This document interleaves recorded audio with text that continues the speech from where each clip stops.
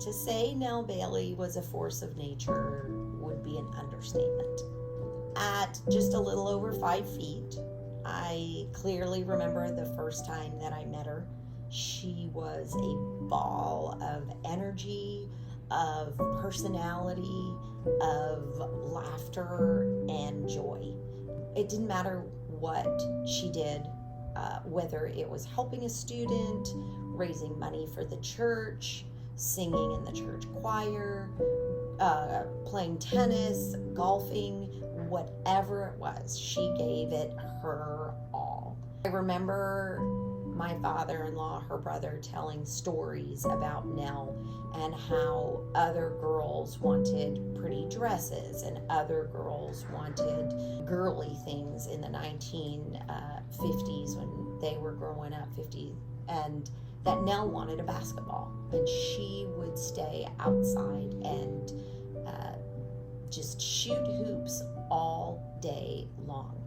Nell was perseverant in everything she did, and if she made up her mind that something was not a good fit for her or that she didn't agree with it, she would put her entire mind, body, and spirit to changing it.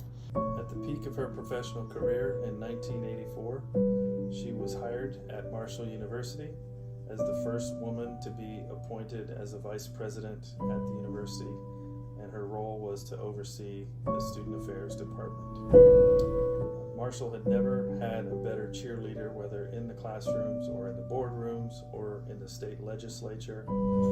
And of course, at the Cam Henderson Center, which was the basketball arena where she loved to go to basketball games, and the football stadium where she loved to cheer on the football team. In spite of her title as vice president, Nell never was an ivory tower leader.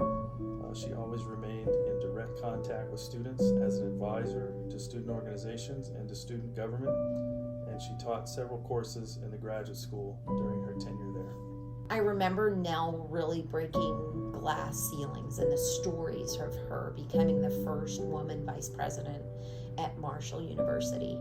And like I said, she was not a big person. She barely stood over 5 foot tall, but she would walk those hallways, and she would walk those sidewalks, and she would walk those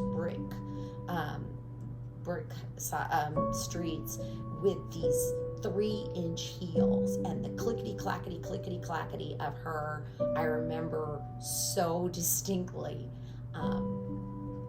And I remember her one time having a disagreement with another vice president as he tried to take over her department, and how she did not hesitate to drop some colorful language and play hardball like the boys club played hardball, because she was not going to let anyone ever step on her students, her authority, or her rights.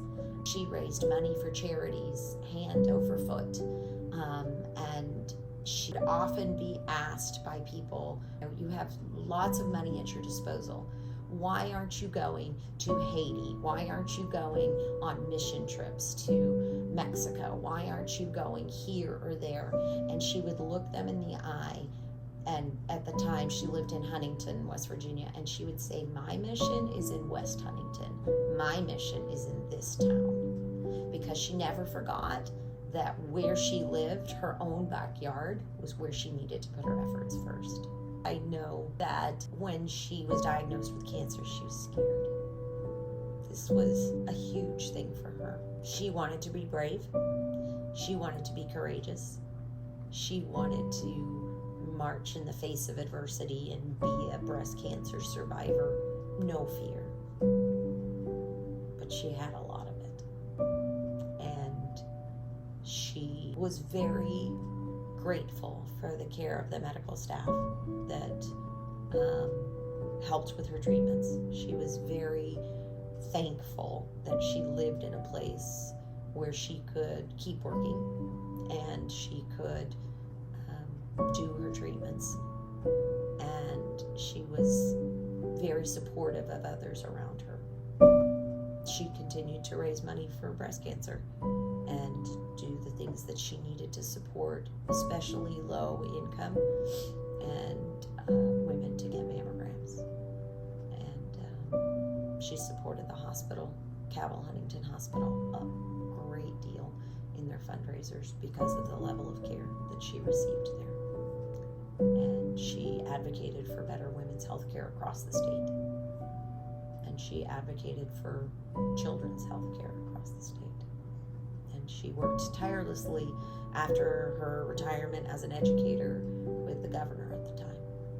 When she died, we went into her office, and her wall was filled with plaques of appreciation with awards that she had won, certificates and gifts from former students and appreciative families. She didn't keep those for her own ego. She kept them because they were precious moments with precious people who she didn't want to forget. She never cut ties. She always